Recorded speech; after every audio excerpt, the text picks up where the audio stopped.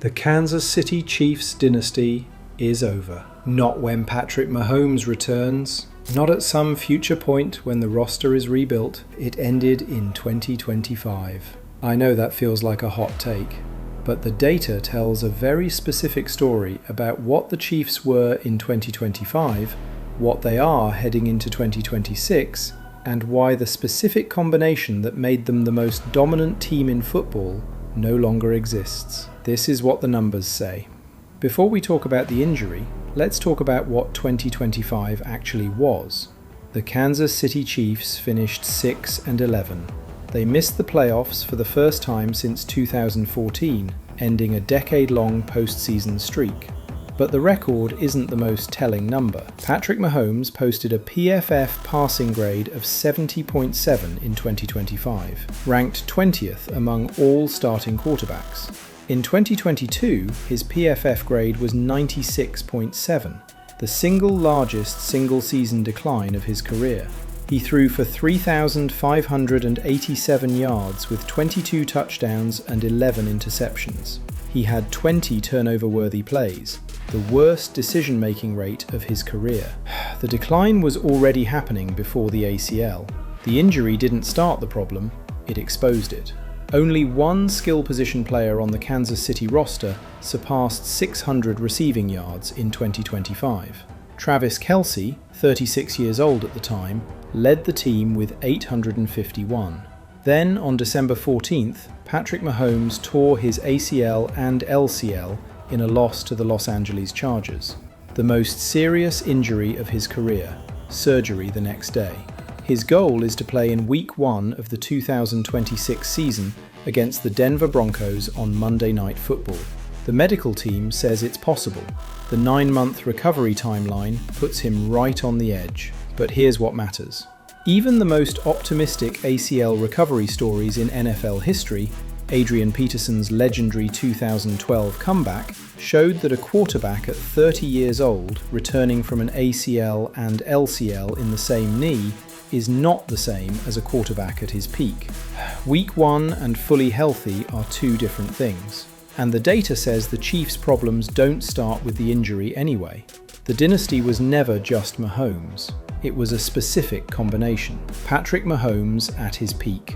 An elite defense anchored by Trent McDuffie, Travis Kelce in his prime, and cap flexibility to bring in the right pieces every year. Every single one of those elements is now gone or significantly diminished. McDuffie was traded to the Los Angeles Rams, an all-pro cornerback leaving for a direct NFC rival. The defense that allowed the Chiefs to win 3 Super Bowls no longer has its best player. Xavier Worthy played the entire 2025 season through a torn labrum. 42 catches, 532 yards, 1 touchdown. The most hyped skill position addition of the Mahomes era produced less than 3 receivers on teams that missed the playoffs. Travis Kelce is 37 years old. He had 851 yards last season. He is still productive, but the version of Kelce who caught touchdowns in 3 consecutive Super Bowls is not the version walking into training camp in 2026. And Rashee Rice, the player Mahomes identified as his most important receiver for the next 5 years, is dealing with legal issues that make his 2026 availability uncertain. The supporting cast has never been thinner in the Mahomes era. And then there's the money. Patrick Mahomes signed a contract extension that makes him the first player in NFL history to sign a deal valued at over $500 million. It runs through 2033. That number sounds like a celebration. In cap management terms, it is a constraint. The Chiefs entered this offseason with negative $35 million in cap space, 31st in the entire league. Years of creative cap manipulation to chase Super Bowls has left the roster with almost no financial flexibility to rebuild. To put it simply, the Chiefs spent their future cap space winning in the present. The dynasty consumed itself. Kenneth Walker III from the Super Bowl champion Seattle Seahawks is the one genuine roster upgrade this offseason, a talented running back, on a team that needs a receiver core and a secondary rebuild. And the Chiefs face all of this in the most competitive AFC in a decade. The New England Patriots made the Super Bowl last season with a 23-year-old quarterback who lost the MVP by 1 vote and now has A.J. Brown as his first wide receiver 1.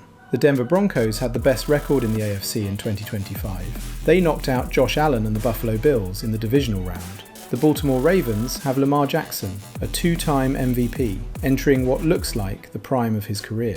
The Cincinnati Bengals have Joe Burrow, comparing this roster to the 2019 LSU team, arguably one of the greatest college squads in history.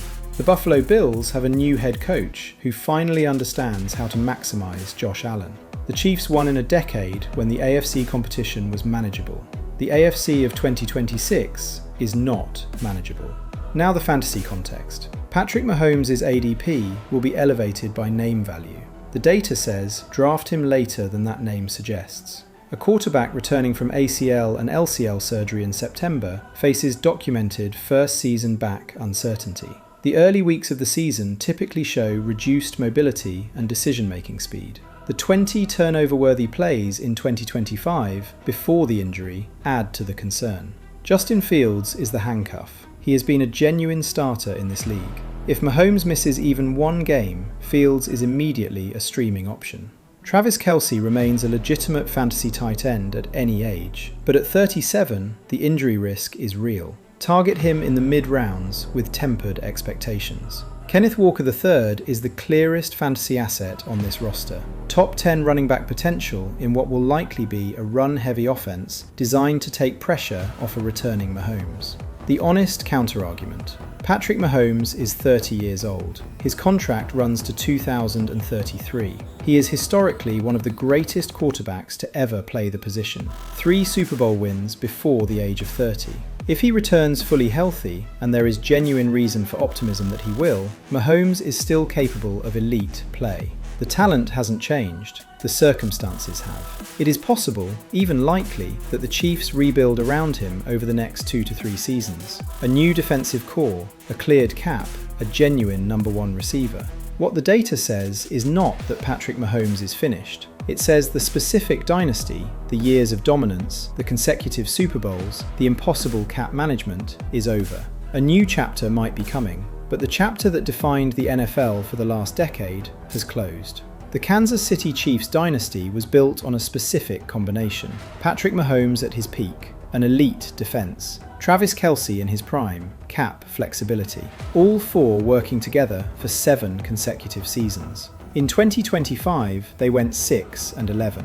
Mahomes posted the worst statistical season of his career before the ACL ended it. McDuffie is in Los Angeles. Kelce is 37. The cap is spent. Mahomes will return.